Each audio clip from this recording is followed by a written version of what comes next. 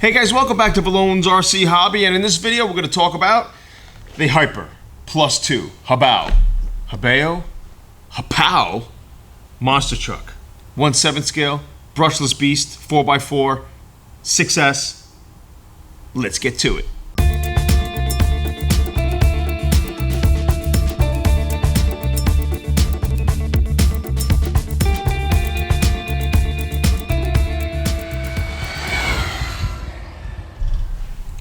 So guys, I gotta say, this is one remarkable truck. It is a massive truck too. It's up there, you know, with the Traxxas models, with the Arma stuff. I mean, it's 1/7 scale.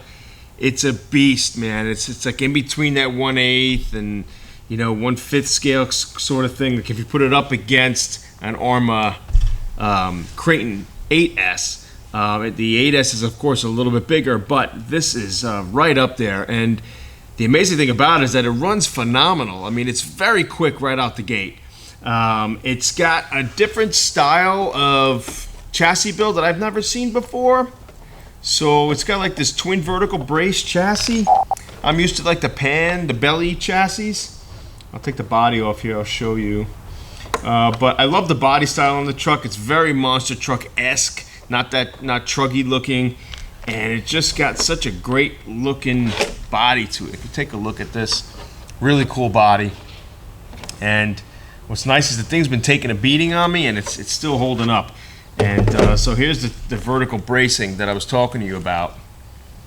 So the plus side to that vertical brace, like that, is it's probably not gonna bend on you. So if you launch this off of a cliff, a cliff, no, not a cliff, but if you launch it off of like a ramp, or you know, you go up some good hills and you want to fly with this thing, and when it lands, it's probably not going to bend as easily as say some other RCs that have the flat belly pan.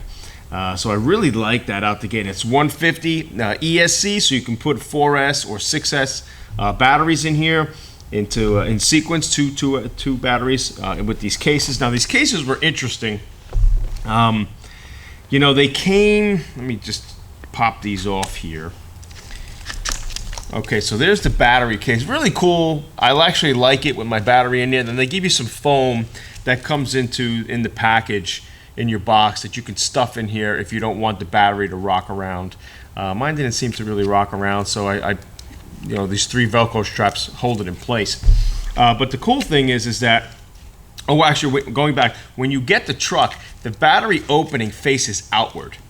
And I also believe like it was clipped in from underneath. So I've seen some other videos on YouTube where these guys are putting the batteries back in with the opening facing outward and clipping it in from underneath. And if you do go off a ramp or a jump, you have a tendency the battery could flop out and actually fall off from the bottom of the truck. So you don't want to do that. You want to face it inward. Keep the cables away from the spur gear and the pinion gear, because I did that, and I put the battery in with the cables facing in that direction after I clipped it on with these XT90 connectors, and sure enough, one of the wires got, you know, sucked into the spur gear and pinion. So that was my fault there. So face the batteries, of course, the wires away, face them inward, and put the battery in from the top down, and then you'll clip it and you'll be safe there. But so I'm running like 2 Ovonic batteries here. They're both 3S, 8,000 milliamp, and I think I got like a 50C discharge or something. Good battery. I ran around with this thing. The thing is quick, and for a monster truck, it's got a good weight to it too. It's not too heavy. It's not too light at the same time. I do like the build, and what's nice is the layout here is very simple. So I'll do some B-roll footage as I'm talking here, and you'll be able to look at the chassis and see that it's got a really nice layout, simple to get to. Now, shocks are huge. These H-arms, they're beefy. Everything's really nice. It's a very durable truck. I mean, I've seen guys on YouTube bashing the hell out of this thing, and it's very durable. Things are just not breaking on it, which is nice. Tires are cool. Got really like a soft compound here. Got a good grip to them. I thought they were gonna be. They did balloon out the gate, and I'll tell you why. I don't like, hopefully they're fixing this. I think they are. The differentials just have some grease in them. They're all metal diffs, metal outdrives too. But there's just grease in the center diff and the front and rear diff. Just very little grease. So unfortunately, you got to take out the center diff and at least the front diff and put some good, some diff oil in there. So I put 500K into the center diff oil. I'm going to leave a link in the description below the video here where you can see how to do these diffs. There's a guy who did a phenomenal video on how to take the diffs out and add the right oil to them. So I opened up the center diff, which came out real easy. Put some 500K diff oil, and in the front I put 100K, and in the rear I left alone actually. So I wanted to try that out first and see what the outcome was, and sure enough, it's fine. But out the gate, with just the grease in the diffs, these tires ballooned like hell. And I didn't like that because I felt the car was swerving, and traction wasn't good. And if you watch my past video, you see when I'm at like a school playground area and a baseball diamond area, you'll see the tires balloon. But the second time I ran it out, back here by my shop, with the new diff oil in the car, the truck ran awesome. So I really, really like that about the truck. Just like I said, big and beefy, just really powerful.